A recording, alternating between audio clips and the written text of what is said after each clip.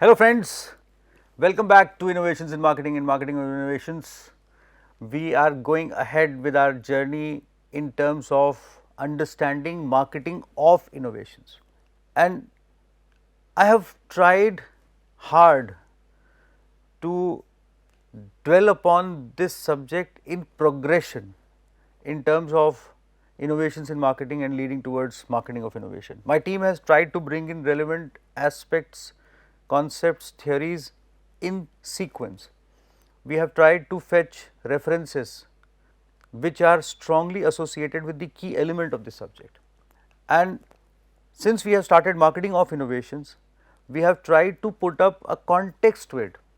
We started from how difficult it can be, how different it should be, and how organizations are pursuing that, and why without this marketing in due course of time would feel the crunch of innovation, and innovation definitely has started feeling the crunch of marketing if marketing is not aptly associated with innovation, and that is the context when we are talking of marketing of innovations. And today at in this session I am initiating a discussion around strategy and innovation, and when I am talking of strategy, this definitely has an organizational connotation as well as marketing connotation. So you can take it, you can read it as marketing strategy as well as strategy per se. There is no prerequisite for us to understand that strategy has a long term perspective, and strategic steps are also referred to as strategy, and this can be seen with the perspective of several kinds of definitions as far as the whole strategy understanding goes. But when we are talking of strategy here with reference to innovation, and especially when we are talking of marketing of innovation, the context which we want to build up here is that what kind of organizational augmentation, I would not say, but organizational changes along with the understanding we have to bring in for propelling innovation in the right direction. I have tried to put up an element of concentricity in front of you, especially with reference to the elements of marketing. I have tried to put up a concentricity element for whole of the value chain as well. I have tried to put up the concentricity element for value webs and value networks as well. But here we are focusing upon slightly inwardly in terms of as far as organization goes and how to strategically orient the complete organization. We have talked about that how we must be bringing in internally all the departments on board when we are propelling innovation and marketing of innovation. But no, here we are specifically thinking in terms of alignment of the organization with the innovation and the marketing of innovation to make innovation successful, to make marketing of innovations happen. I would say you study the case of Nexa. I would not be going for that demonstration here today, because Nexa has become a common story in India and very talked about story, and it is a very good effort which Maruti Suzuki has brought in, and a very tremendous innovation in terms of as far as product and service delivery with reference to augmenting the complete processes, strategic processes associated with the organization and strategic alignment in terms of long term strategic planning which they have. Very good example, and how slowly they went from Nexa to Arena as well, differentiating while not differentiating so much. So, customer quality remains the same, customer orientation remains the same, but then they created two spheres in terms of Nexa and Arena. Same thing has been tried by many organizations. In case of a jewelry, I remember one organization tried that, but that could not work so much. We can talk about that endlessly, but that would be a strategic discussion and strategic orientation discussion largely. Here we are talking about strategy and innovation and aligning innovation in terms of as far as the strategic sphere of the organization. So, Maruti Suzuki, Nexa and Arena can be a very good case study as far as those things go. I would strongly recommend that you go to Google Scholar and other sources and try to find out what did they do, and try to fetch the news clippings and those kind of things as well while thinking in those kind of terms. One more thing which is happening up in Indian education scenario today is that many organizations like Indian Institute of Technology, Roorkee also is thinking in terms of expanding courses which are not directly linked to engineering or completely differentiated courses. IIT Kharagpur already has a medical college and law college with them. IIT Kanpur is also teaching medical, and several other IITs are going for different kinds of courses under the same ambit, because they know how to manage the level of the quality and to start from a particular kind of a height. But then strategic orientation of the complete organization in terms of innovations of courses and bringing up those courses on board and innovatively pursuing those and making global standards and developing global standards is what IITs are very good at. And that is why anything which they bring on board, which is not even remotely concerned with as far as the complete situation of technical education goes, then also it works. Law is working, medical is working, and several other courses are working. Management, where I belong to, I proudly can say that it is working much better as compared to many global business schools, and IITs and especially Department of Management Studies IIT Roorkee is an exceptional B school which is working exceptionally well, and I am proud to say that we are one of the largest research contributors in whole of this country as far as management education goes and management researches go, and the National Institutional Ranking Framework NIRF can be seen as a testimony for that. So, but again what I am trying to say here is that alignment of organization is a very important question which we should be addressing. Let us see how these things they come together. But remember one thing here, when we are thinking of strategic alignment of the complete organization, there are two elements which one has to think of, and one can think of a very important aspect, you may note it down. One is that somehow we have to we do not have to overlook the strategic vision of the organization. Vision we have decided, we have crafted it well, how far we wish to go, where are we looking at, that thing has always to be in the sight, and then we start coming backwards and look into the objectives of the organization, and then we slightly augment those objectives, and then we slightly align or we may largely align the functionalities of different kinds of departments or divisions or organizational parts we have, and then realigning them. What is the point of concentration when we are aligning these things in terms of present strategic step? Marketing of innovation, how to take innovation on the ground. If Mahindra's starting from manufacturing tractors and agri-business equipment enters into as far as automotives, four-wheelers go, or they long were into four-wheelers, but then they augmented their procedures into coming up with different kinds of four-wheelers, then they entered into two-wheelers, then they are into aeroplanes manufacturing, resort businesses, finance businesses fintech businesses, not exactly finance, and several other businesses. If they are entering into those kind of situations and they are going for software development as well, they are actually aligning and realigning their strategic perspective with the innovations they are infusing in their businesses. And if I want to talk about one business only, and we look into automotive business of Mahindra's, starting from an agri business perspective wherein they have been manufacturing engines, they went into manufacturing sophisticated automobiles, and in the present automotives they are presently manufacturing like XUVs and those kind of automotives, and this Scorpio N, then you would realize that they have strategically reoriented themselves with as far as the innovation goes, and specially reoriented themselves with the marketing of innovation goes, making it happen all the way. And definitely it is again a very good case study, and you should look into how did it start when Dr. Pawan Goenka started looking into things with the perspective of expanding horizons of Mahindra Automotives, and that is a wonderful case study.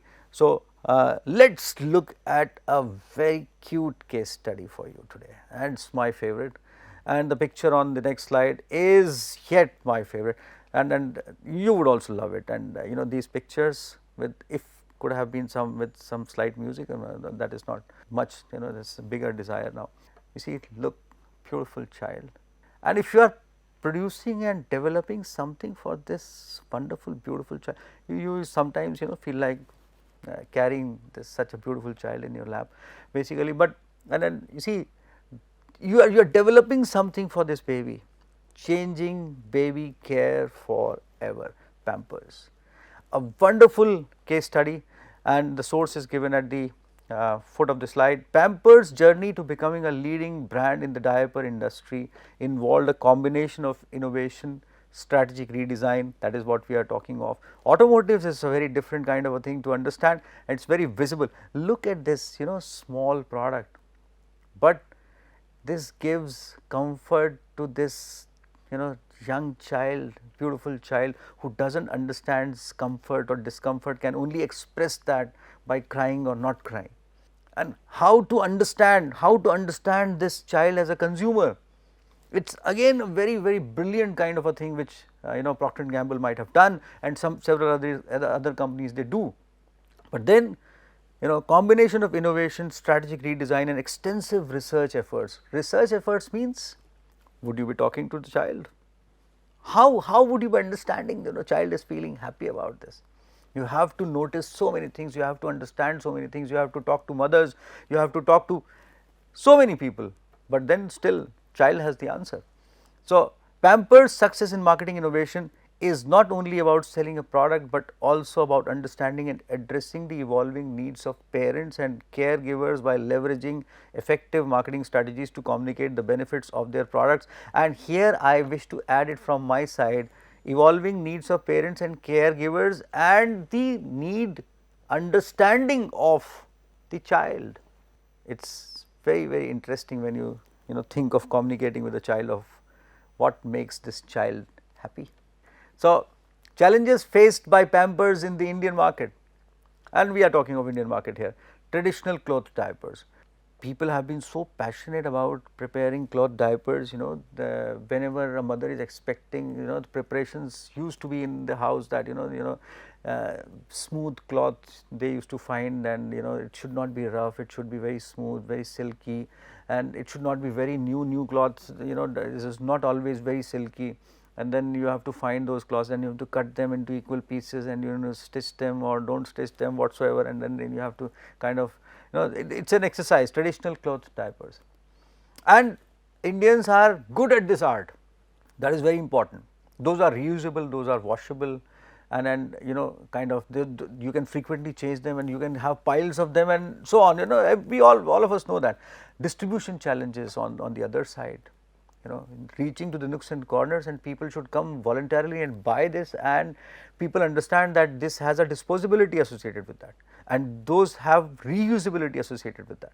So, cost sensitivity, of course, cost sensitivity is a very important element basically, and when you have been traditionally using something, so definitely there is a resistance to that, because the advantage, and I would be talking about that in consumer behavior, but then cost sensitivity gets automatically associated with this. Competition, consumer education, hygiene and those kind of things are to be longitudinally felt in due course of time. It is not to be understood so easily now and then. So, one has to think in terms of how to emphasize upon that, and we have seen that in hygiene products cases as well. And so, economic disparities, yes, definitely, and India is doing very well, exceptionally well, but still there are large part of there is a large part of population wherein these questions are there. Cultural practices, yes, of course. So, and then experiences of elders, cultural practices can include that those elders who traditionally might denounce diapers would be saying, kind of, why to use those? We are there to take care of the child with traditional cloth diapers, who are you to say something basically? And then that is a general statement, when elders they give, and their time they feel the crunch, but by the next time they are very confident. So, and all the expecting mothers they might be they might have started feeling this way. So, today's mothers they sort of think in terms of using diapers very comfortably, but however comfortable their mothers are, their mothers still come in and pitch in for as far as no traditional value of the cloth based diapers anyways basically. So, the birth of Pampers, a diapering revolution. During 1950s, a Procter and Gamble researcher, Vic Mills, noticed that his recently born grandson frequently faced issues with ill-fitting, leaky cloth diapers which demanded frequent laundering. That is a usual kind of a problem which Indian market has been facing all through, but believe me, mothers and especially grandparents, they are very comfortable with whatever problems they have been facing in terms of, because they feel that it's part of the this package which we are getting in terms of the raising this newborn child. This observation sparked an innovation that would reshape the trajectory of Procter & Gamble and the global baby product market. And you see, that is how it started, and we have talked about these kind of elements, how incidentally it might have started, or kind of sort of. Mills concluded that there had to be a superior option to traditional cloth diapers. In 1956, he tasked his research and development peers with the mission of creating the inaugural cost effective and high quality disposable diapers. Disposability is an element which definitely he looked at. At this moment when I was reading about this, and presently I am reading for you, I feel that Mills could have thought of reusable diapers, no? Probably, I do not know, I am not sure, I am not the technical expert on this side basically, but disposability probably at that time would have created a hygiene perspective around. Today disposability creates huge question of recyclability as well as wastage also, and if the sales go exponentially high, ladies and gentlemen, it would be a very big question. Innovations in creating a superior diaper. Again continuing from that, so over the years Pampers has consistently introduced diaper advancements that have enhanced the quality of daily life. Best part I like about diapers is that now they have extended their themselves into geriatrics as well. So that is a good deal basically, because elders, they were facing a lot of crunch in this as far as these things go, and they feel sometimes not, they are unable to tell people and so on. So 1950s introduced Z pleats for stretch and stay dry lining. This is how they started. 1970s replaced pins with custom fit fastening tapes, making every diaper fit better with fewer leaks. Velcro was also used. The questions which emerged after that were somehow related to, as far as the marks coming on the delicate skin of children, and kind of becoming slightly tight if you have not been gentle in doing that, and those kind of questions were there. 1980s unveiled a revolutionary thinner diaper with super absorbers that kept wetness locked in, allowing babies to crawl, scoot and play more comfortable. Now they started focusing upon when babies are moving around, what would they feel and so on. You see, every now and then they are observing that, but how are they communicating with babies? That is a big question. Definitely they are communicating with mothers. Mothers are communicating with babies in terms of understanding them, and then they are getting it back, and that is how it is going. And then some of the developers might have been mothers by themselves, and and essentially there should be mothers when we are developing such kind of products and so on. 1990s introduced the first diaper with stretchy sides and other upgrades to improve dryness and skin care for babies. On the other side, technology is also developing, material is also developing. So they are continuously coherently using everything which is available to them, but they are focusing upon researching upon the child's need.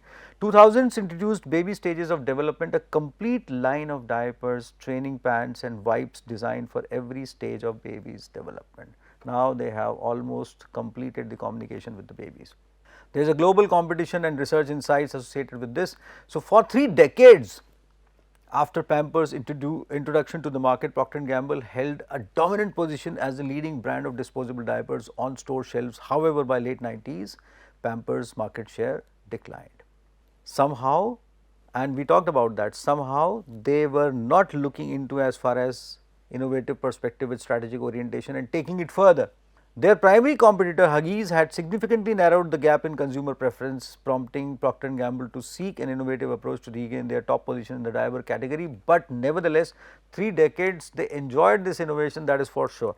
And you see, for 3 decades if you have a huge distribution setup, you gain through one innovation, your organization is doing wonders.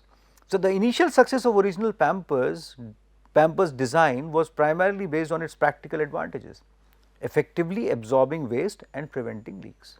That was the fundamental point of concentration. Nevertheless, initial research indicated that Procter & Gamble was unlikely to capture a larger market share by merely improving the same functionality, essentially making a more efficient diaper. From the consumer's perspective, both Pampers and Huggies already offered outstanding functional performance. Procter & Gamble crafted a 10-year strategic plan. Here comes strategic inception. The Pampers baby stages of development, which involved laying out a detailed roadmap to actualize the vision. They conceptualized the first range of products, swaddlers, designed to assist infants in sleeping soundly through the night. That was the first question. Cruisers offering greater mobility for babies learning to crawl and walk, and Easy Up supported toddlers in training, and in the process they are augmenting the complete or realigning themselves, their strategic orientation within the organization with all these. Definitely bringing in resources on board, putting up research and development as the key stay, understanding, and their marketing research team is oriented with them, definitely in alignment with marketing. Their finance is also supporting this kind of efforts, their advertising is also supporting this kind of efforts, their HR team is bringing on such kind of experts on board, and so on. And their leadership is also focusing upon this product with this kind of an orientation and perspective, that at the end of the day this would be a mainstay in terms of as far as this baby growth goes. And on the other end of the life also, starting from a particular kind of a stage when muscles they are not so effective, at that stage people would be requiring these kind of things, patients would be requiring these kind of things, and so many other people, differently abled people also would be requiring these kind of things, and they started realigning everything in terms of these kind of things. So, you see, the shift was not merely a change in segmentation, and we have talked about segmentation, micro segments, and targets at length. So, recall segmentation with reference to micro segments and targets, that is my suggestion. So, the shift was not merely a change in micro segments or targets, but rather a profound transformation towards focusing on early childhood development. It allowed Pampers to forge deeper connections with consumers, establishing an emotional bond beyond mere functionality.